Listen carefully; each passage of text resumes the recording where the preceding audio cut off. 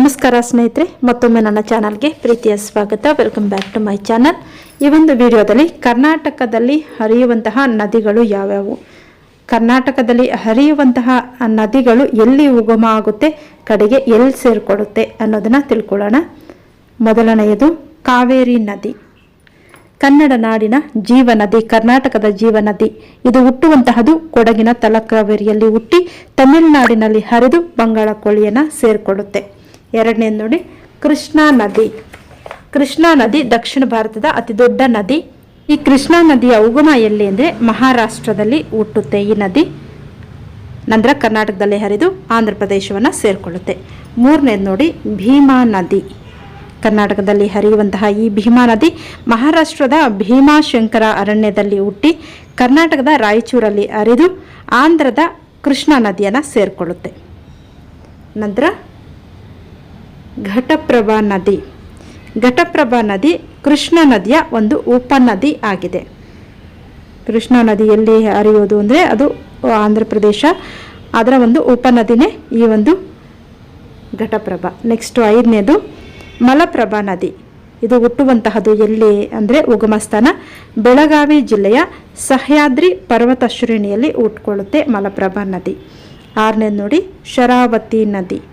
ಶರಾವತಿ ನದಿ ಕರ್ನಾಟಕದ ಅತ್ಯಂತ ಉದ್ದವಾದಂತಹ ಸೇತುವೆಯನ್ನು ಒಳಗೊಂಡಿದೆ. ಈ ಸೇತುವೆಯನ್ನು ಶರಾವತಿ ನದಿಗೆ ಅಡ್ಡಲಾಗಿ ಕಟ್ಟಲಾಗಿದೆ. ಏಳನೇದು ನೋಡಿ ಕಾಳಿ ನದಿ. ಉತ್ತರ ಕನ್ನಡ ಜಿಲ್ಲೆಯ ಕಾರವಾರದಲ್ಲಿ ಈ ಕಾಳಿ ನದಿ ಉಗಮ ಆಗುತ್ತೆ. ಅಲ್ಲಿಂದ ಹರಿದು ಅರಬ್ಬಿ ಸಮುದ್ರವನ್ನು ಸೇರಿಕೊಳ್ಳುತ್ತೆ ಕಾಳಿ ನದಿ. ನಂತರ ಎಂಟನೇದು ನೋಡಿ ವೇದಾವತಿ ನದಿ. ಈ ವೇದಾವತಿ ನದಿ ಹುಟ್ಟುವಂತಹದ್ದು ಪಶ್ಚಿಮ ಘಟ್ಟಗಳಲ್ಲಿ ಹುಟ್ಟುಕೊಂಡು ಉಗಮ ಆಗಿ ಜನಿಸಿ ಕರ್ನಾಟಕ ಮತ್ತು ಆಂಧ್ರ ಪ್ರದೇಶದಲ್ಲಿ ಹರಿದು ತುಂಗಭದ್ರಾ ನದಿಯನ್ನು ಸೇರಿಕೊಳ್ಳುತ್ತೆ. ನಂತರ ಒಂಬತ್ತನೇದು ಮಾಂಜರ ನದಿ ಅಥವಾ ಮಂಜೀರಾ ನದಿ ಅಂತ ಕೂಡ ಕರೀತಾರೆ. ಇದು ಗೋದಾವರಿ ನದಿಯ ಉಪನದಿ ಆಗಿದೆ. 10ನೇದು ನೇತ್ರಾವತಿ ನದಿ. ಈ ನೇತ್ರಾವತಿ ನದಿ ದಕ್ಷಿಣ ಕನ್ನಡ ಜಿಲ್ಲೆಯ ಒಂದು ಪ್ರಮುಖ ನದಿ. ಇದು ಹುಟ್ಟುವಂತಹದ್ದು ಚಿಕ್ಕಮಗಳೂರಿನಲ್ಲಿ ಹುಟ್ಟಿ ಅರಬ್ಬಿ ಸಮುದ್ರವನ್ನು ಸೇರಿಕೊಳ್ಳುತ್ತೆ. ನಂತರ 11ನೇದು ಪಾಲಾರ್ ನದಿ.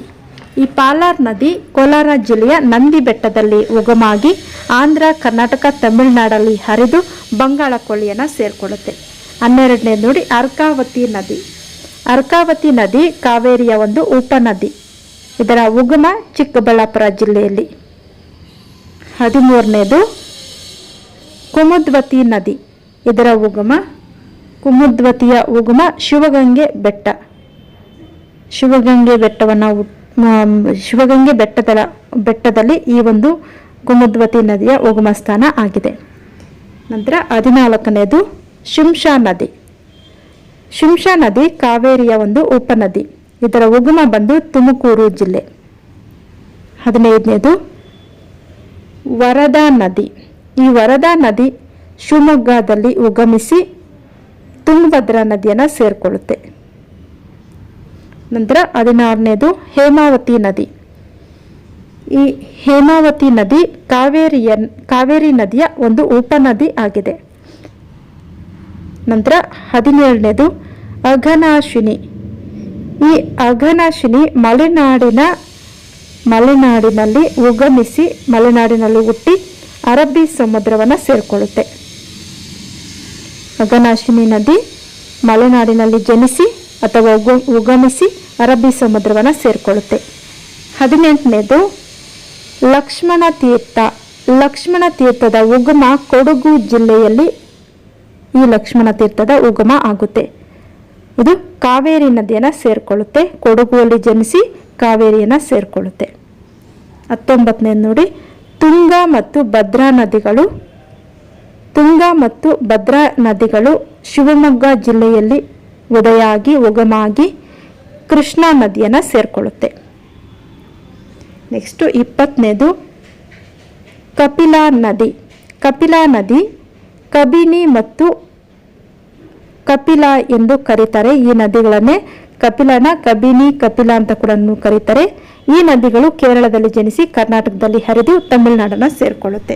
ಈಗ ಎಲ್ಲ ನದಿಗಳನ್ನು ಕೂಡ ಒಮ್ಮೆ ಪುನರಾವರ್ತನೆ ಮಾಡ್ತಾ ಬರೋಣ. ಕರ್ನಾಟಕದ ನದಿಗಳು: